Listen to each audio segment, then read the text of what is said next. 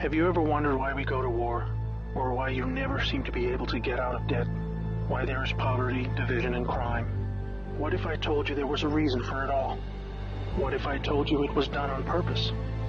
What if I told you that those who were corrupting the world, poisoning our food, and igniting conflict were themselves about to be permanently eradicated from the earth? You might think that an idealistic fantasy. Well, let me tell you a story. We acknowledge there are criminals, of course. They rob your house, they steal your phone. They can murder you too if they think they can get away with it. We have all experienced criminals in one way or another.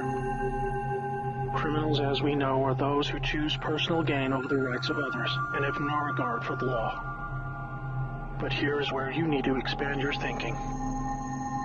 Criminals can also succeed in business and politics and can be elected as our leaders. If a criminal became the president, imagine what they could achieve. They could use the full weight of their executive power to commit much larger crimes and ensure they and their friends were enriched to the fullest extent possible. A criminal president could create alliances with other criminal presidents and then collaborate on more global criminal activities. Anything goes.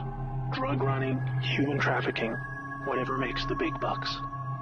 The 20th century was turbulent with war, economic disaster, famines, and displacement. We have always accepted these things as just human nature, and simply the way the world works. Something inevitable, and due to the weaknesses of human nature that drive us to these actions. This is where we were all tragically wrong. You are not a criminal. I'm not a criminal. So how can we just assume that it is human nature that is driving all this pain and misery? What if it wasn't human nature at all, and as a result of something more deliberate? We were taught that capitalism was the cause of a massive rich-poor divide and the reason for poverty, which in turn is the reason for war, crime, and starvation. Others were taught that communism, a system of equal wealth across all people, was really to blame for the mess. But you see, folks, it is none of these things. It is not our nature to fight and be racist. It is not in our nature to rob from others. What you must learn is that it was the criminals all along. Yes, they got power. More power than a criminal should ever have. They rose to the top of media companies that control our news and entertainment. They ascended to the top of the banking system, also to the Oval Office, to Brussels, to the Vatican, to the Crown. They crept in quietly. They became leaders of agricultural companies who had control over our food supply. Also big pharmaceutical companies, the ones we trust to help us when we're sick. Nobody stopped them, and they just recruited more criminals to help them. First, they accumulated the world's wealth. They invented a system of money called central banking, which lends money to governments with interest, placing countries into eternal debt. People's wealth got less. Their wealth got more. Much more. When a criminal is already as rich as they can get, then protecting their ill-gotten gains becomes the priority. Angry citizens tired of being poor are a major obstacle and can revolt if they suffer enough. The criminals needed to prevent this. So they diverted attention to the last remaining competitor, the people of the world. You and me. We were not happy being ruled by criminals and having to work 3 jobs just to survive. They know we won't accept it. So they use their control of the media to set black against white, woman against man, young against old, Muslim against Christian. They convinced us we were the problem so that we would fight and destroy ourselves. To get it done faster, they attacked all aspects of humanity that make us strong. Like family. Using their influence over culture, they popularized lifestyle choices that led to a surge in broken homes, lost youth, and substance abuse. I could talk all day about how else they deliberately weakened us, and it would turn your stomach. We were just trying to get on with living. So where are all the good guys? Good people just want to get married, have kids, make a living, and enjoy their liberty. Well, there were good guys. Many. One became the President of the United States in January 1961. He knew about these criminals and wanted them gone. He knew their intentions for us all, and he wanted to fight them. Sadly, he had no idea how powerful they had become. Reagan also had good intentions for the American people. He knew this criminal mafia controlled almost everything by this stage, including the powerful rogue intelligence agencies. His economic policies were promising, but the criminals needed a weak America to hold on to their power. Reagan was shown with a bullet that a growing U.S. economy and prosperous citizens were not what the criminals wanted. It was looking pretty grim for good people. Every time someone wanted to stand up and do the right thing, they got stopped. Were we ever to be freed? These criminals are also known as the Deep State, or Cabal, because of how they control things behind the scenes. Every president after Reagan was one of these Deep State criminals, and their empire got even stronger. With each bad president came new depths America and the world would sink. The world collapsed into darkness. Do you need me to tell you how?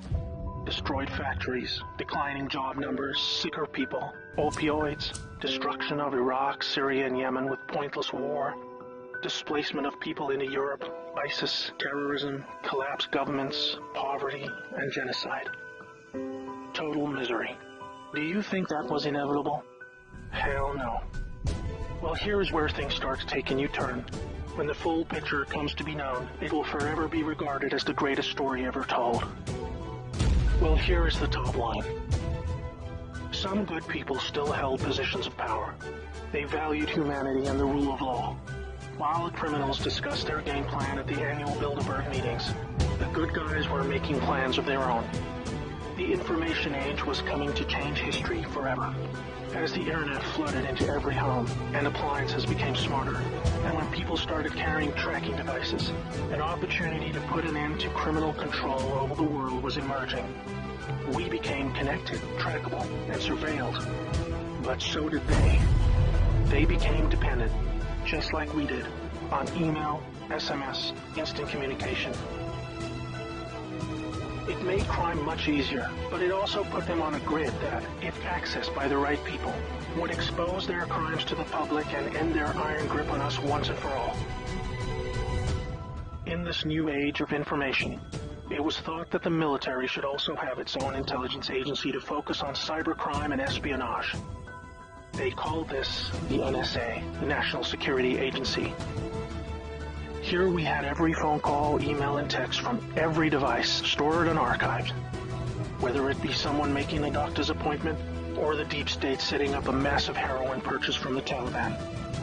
In the right hands, it would be enough information to expose the entire sinister criminal plot to rub us blind and wipe us out.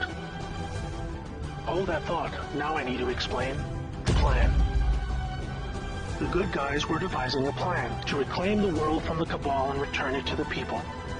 It would involve alliances with multiple countries, since the criminals had global rat lines, trade, and other infrastructure in place that would need their cooperation. It came down to two choices for America. Launch a military coup to seize the government from whichever cabal puppet was in the White House at the time. Or win legitimately, take control of the NSA, expose the criminals for what they are, and arrest them all. Obviously, the first option would be very troubling for the public. With people still preoccupied with cabal-engineered social issues, they would likely revolt and hurt themselves and others. No, it would have to be the latter. So they needed a candidate who could win, and who could win big. Many states like California had been so heavily inundated by criminals that even the voting machines were electronically set up to swing votes any which way. It would need to be a very decisive victory. Good patriots in the U.S. military and their global partners asked Trump to run for president so they could take back control of America legitimately without alarming the public. Trump was a good choice, obviously, because he overcame the voter fraud and won. But he was a patriot, and he was loved and admired by the public.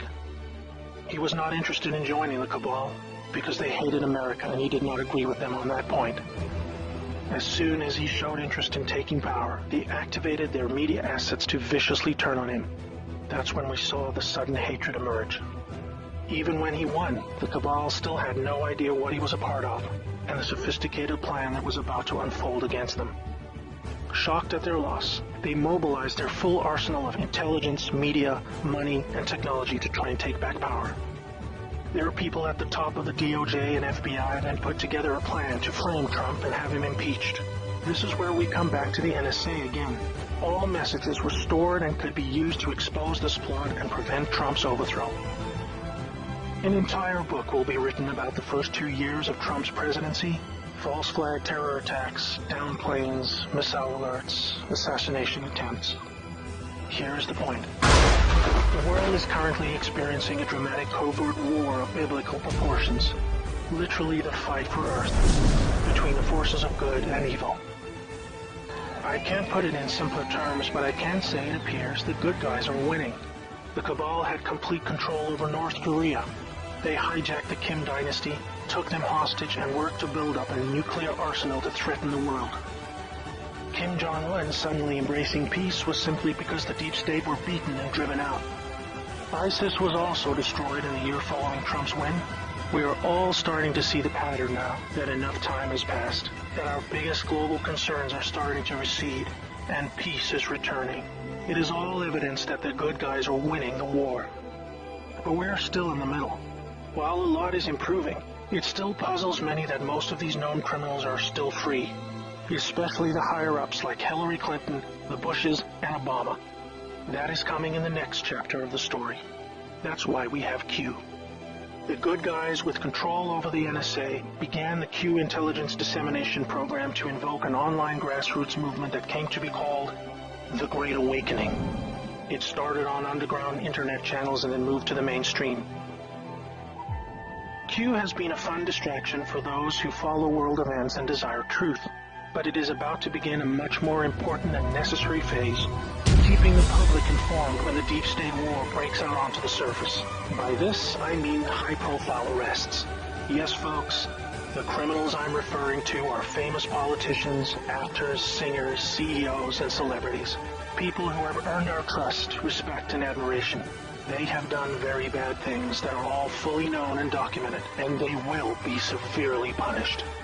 Those of us who have followed Q since the beginning will be here to help you make sense of the coming events. We are among the first to realize that our petty partisan divisions are just trivial distractions, and we are all enslaved by a hidden enemy. We realize that the problem was never capitalism or socialism, Democrat or Republican, black or white, Muslim or Christian. We know it was just very powerful criminals who had too much power. Fellow slaves, it's time to buckle your seatbelt, recognize your true enemy, and embrace a new future that we all owe to the brave patriots who risked their lives to achieve this victory against the greatest force of evil the world has ever known. May God bless America.